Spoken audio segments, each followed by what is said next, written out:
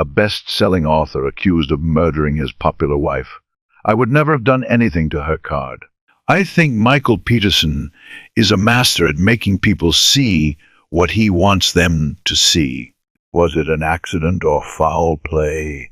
How do we go from soulmate and lover to cold-blooded murderer? Could the local hero really be a killer? Sitting here today, I have no idea who Michael Peterson is. None whatsoever. A man who had it all, but would he kill to keep it? Find out tonight on Power, Privilege, and Justice. Durham, North Carolina, home of the best-selling novelist and newspaper columnist Michael Peterson and his wife Kathleen, a prominent socialite. They were a real couple. It was this kind of relationship that, everybody would want or strives for. The Petersons lived in a sprawling 14-room mansion in Forest Hills, Durham's most prestigious neighborhood. Both so bright, and you put them together, and you've got a whirlwind of intelligence and charisma and excitement and insight, and people just like being around them. Everyone in Durham knew the rich and popular Peterson's Kathleen was a fixture at society events. Michael was a best-selling author and a war veteran. But all that would change in December 2001 when the police received an emergency phone call from the Peterson house. Mark at the street. Peps, what wrong way to bring him? What kind of acti? Will be a conscious speaking. How many says all the course? How many? Stay as I could hear someone. That's when we got into the house. And as soon as we made our left-hand turn and went just a little bit forward, because when we noticed that that's where the patient's land was at the foot of the stairs, and Michael Peterson was standing right there on the top of him hull, laying there. Blood everywhere on the wall, all of our body. Her eyes was open, that's that I look out in space, just looking nowhere. You see them 100 times in a mess, with the eyes open. The patient has deceased. Distraught, Peterson tells the paramedics that he and Kathleen drank champagne and watched a video before deciding to go to bed.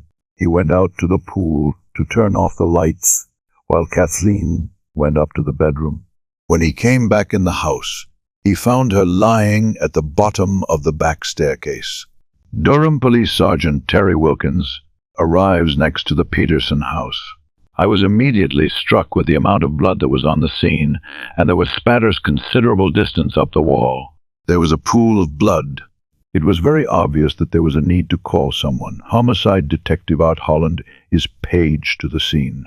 That was just a tremendous amount of blood on her clothing, on the walls behind her, on the steps, on the faceplates of the steps, and on the bottom of her feet. As Holland examines the scene for other clues, police officers escorted Michael Peterson to his study at the other end of the house. He did seem somewhat confused. There were some things that I would say, as a normal part of my behavior, I'm not sure that I would be acting that way. It was brought to my attention that Mr. Peterson was on his computer at some point when his wife has just been found deceased. Just sent a message that he was not or did not seem to be concerned about losing his wife. Holland continued his survey, finding blood on the ground, the couch, and the front door. There was some blood on the inside of the door, which appeared to be smeared or wiped. There was the smell of the alcohol in the sink while it was poured down the sink, and the placing of the 2 champagne glasses beside the saint, one being smudged with fingerprints, and the other one, there was just no finger impressions or smudges on it whatsoever. There was just a lot of things that just did not add up. But based on the scene, Holland did know one thing. Michael's story just didn't make sense. It's the kind of headline that just takes your breath away, because it's Forest Hills, because it's Michael Peterson's wife, because it's Kathleen Peterson, who has the utmost respect, because it looks suspicious, because it's bloody. He was absolutely destroyed. They really were a very, very close couple. He lost his best friend, his companion, and everything else. He was totally destroyed. In the days following Kathleen's death, Michael laid low but without answers. Kathleen's family was quickly becoming suspicious. When I finally see Michael, he asked me to do the funeral, but he won't talk to me about what happened to Kathleen. He won't talk to my sister Lori about what happened to Kathleen, but he's talking to his brother Bill, and he's talking to a lawyer. He's functioning just fine. Instigators learned that Michael's son, in an apparent effort to explain the fall, is telling people that Kathleen was drunk the night of her death. The neighbors and friends knew that she enjoyed having a good time, and she gave parties. She was like giving socials. That was played up that she had had a lot to drink that night. Holland discovers that at 11 p.m. on the night of her death, Kathleen retrieved an email and called a co-worker from Michael's study. The co-worker confirms that Kathleen sounded neither impaired nor upset when they spoke. Then, the results from Kathleen's blood test come back. More inconsistencies confirmed. Well, it was normal. She wasn't drunk at all. Well, the more he's Todd spending all this time telling why Sister Lori over how drunk Kathleen was. When the medical examiner releases preliminary findings, Holland learns his instincts were correct. Fine is worried that she did not fall down the steps, as the lacerations were not consistent with a fall. That is when we changed gears and started focusing on what happened in the Peterson house that night. The surprises were just beginning. Once investigators started looking closely at Michael Peterson, they would discover secrets in his past that would shock everyone in Durham who thought they knew him. When writer Michael Peterson's wife Kathleen was found dead at the bottom of a staircase in their elegant mansion, all of Durham, North Carolina, was stunned. Michael told police it was an accidental fall, but lead investigator Art Holland had his doubts. Well, this case is like no other that I investigated. It was a very complicated crime scene. You know, when you're dispatched to a shooting or to a stabbing, you know that it was a shooting or a stabbing. In this particular case, it wasn't. Like that, there were cops and police cars camped out on the lawn for days. Neighbors couldn't believe that the Peterson house had become a crime scene, or that their famous neighbor might be mixed up in murder. Everybody was like, they couldn't believe it. This didn't. They didn't know that this was Mike. I don't think you'll find a single soul that will ever say that they didn't have what appeared to be to me and everybody else I know to be about as warm and loving a relationship. They were really soulmates. They were just compatible in every sense of the word. When their paths crossed in 1992, Michael Peterson, Fleen Hunt Atwater found they had a lot in common. Michael was a military brat born in Tennessee. He came to Durham in the early 60s to attend Duke University. There, he edited the newspaper, was president of his fraternity and a member of Duke's prestigious Red Friar Club. He enlisted in the Marines in 1968, was sent to Vietnam, and returned home in 1971, medically discharged with silver and bronze stars for courage and leadership. After the war, Michael and his first wife moved back and forth between Durham and Germany with their two sons, Todd and Clayton. Using his wartime experiences as writing material, Michael published his first novel, The Immortal Dragon, in 1983.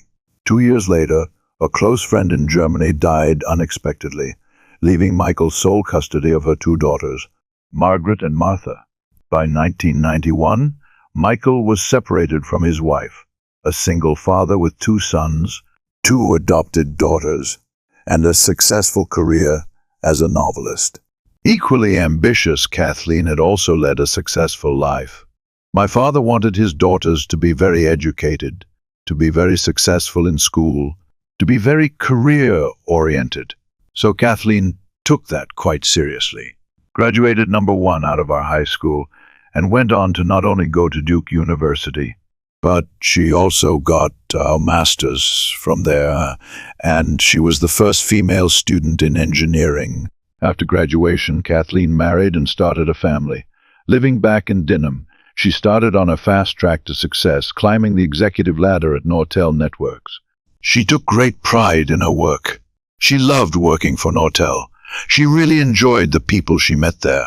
Kathleen's marriage also ended in divorce, and by the early 90s, she and Michael found themselves living as neighbors and single parents in the beautiful Forest Hills neighborhood near Duke's campus. My mom met Michael through the neighborhood. He pretty much just swept her off her feet, you know. She was ready to be swept, and he was there. He was an interesting person. He was very loquacious, and he seemed to be full of stories of life experiences from Vietnam. War to travels in Europe, in Asia.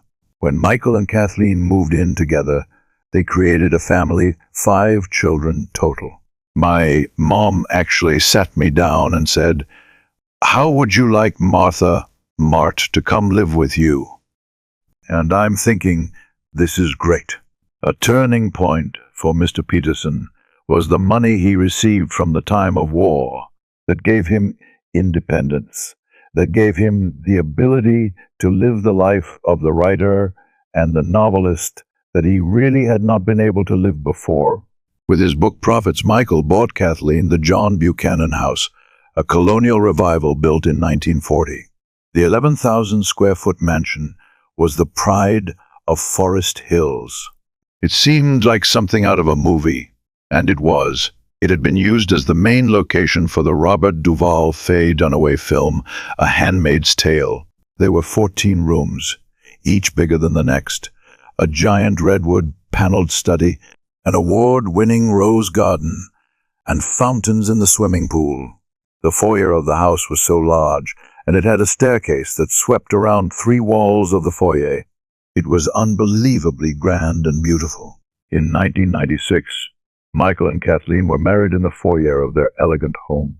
Kathleen was really a happy, beautiful bride, and she had magnolia leaves all down the railing, and she had the wedding of her dreams. And I think up on top of that hill in Forest Hills, Mike Peterson was where he thought he belonged. Michael and Kathleen quickly became known within Durham's inner circle for their lavish cocktail parties and grand dinners. My sister thought nothing of having 30 to 60 people for dinner. Her friends saw her as a superwoman, a mother of 5, member of the Durham Arts Council, and senior executive at Nortel. This woman could make that house look perfect, could rise to the highest levels of a very competitive company, be a wonderful mother, and be out and about in the arts, and cook and hold parties. How many people do we know that can do all of that? Michael was just as ambitious. He began writing a column for the Herald Sun newspaper, crusading against local corruption and police bungling. Anybody in a position of power was not a friend of Michael Peterson. He had alienated a lot of people because he was very opinionated, and he was very attacking the establishment here. Encouraged by his increasing popularity and his reputation as a man of the people, Michael ran for mayor in 1999. What I think we need to do, he has go back to our center, but his ambition landed him in the center of a scandal. Basically, Mr. Peterson has been walking with a limp for some 30 years, and he's been saying that it was a result of a war injury, and it wasn't. It turns out Peterson hadn't injured his leg in combat. It was a decidedly less heroic car accident while on a security detail. And when in the political spotlight, lies can be costly, and this one cost Michael the race and his reputation. Some of my mother's closest friends at the time were in support of Michael also, and unfortunately, when that story came out, they really felt like he lied to their faces, and he'd betrayed them. And that was the first time that I've really seen my mom exert like her kind of just submission to Michael. She just kind of said, "He's my husband. I'm standing by him." It was a terrible fall from grace. About as tough a fall from grace as you can have. I mean, this was a guy, I think, that was born with tremendous talent And look what's happened. The defeat in the mayor's race was just the start of a string of losses for Michael. 2 years later, he ran for city council and met with another defeat. Then Kathleen's luck started to run out too. Her life, I noticed, started to change. And as a lot of people's lives did, when a lot of the high-tech stocks were starting to go down, she at times was worth several $1 million with her stock and stock options. The price was drastically falling, and the Nortel stock and its options was her plans to retire off of. She had plans at some point to move to Paris and have a second home there. The Petersons' perfect life was beginning to unravel at work and at home. The house always needed a lot of work. Anything to do in repairs of the house was never a couple $100. It was thousands or tens of thousands of dollars to fix. She talked all the time about work, and I remember there were times when she would call me cry hysterically, but I think that it really was taking a toll on her. It was clear that they were in a significant cash flow conflict. They had $143,000 worth of credit card debt, which most folks is an awful lot. Clearly, the Petersons were in financial distress. The house, the stock options, the bills. But don't think Michael wasn't aware of what remained $1.8 million worth of insurance on Kathleen's life. The evidence was mounting that popular novelist Michael Peterson was involved in his wife's death, but many friends continued to believe he was innocent. The people that knew him thought they couldn't believe it, and they supported him. And they thought it was a political, they're gonna get him kind of thing. And the people that didn't know him assumed he was guilty. My mother and Mike had an absolute loving relationship, and there is no way that either of them would ever wish any sort of harm on the other one. At the time, people question, well, why was I so supportive of him then? But at the time, I had no really other way to think, and who wants to think that their stepfather has done this? My mother would just be absolutely appalled, and this is the last thing she would have ever wanted to happen to her husband. And then the autopsy report came out, and that, of course, made me completely convinced that she was murdered. Dr. Deborah Reddish, a forensic pathologist at the State Medical Examiner's Office, conducted the autopsy.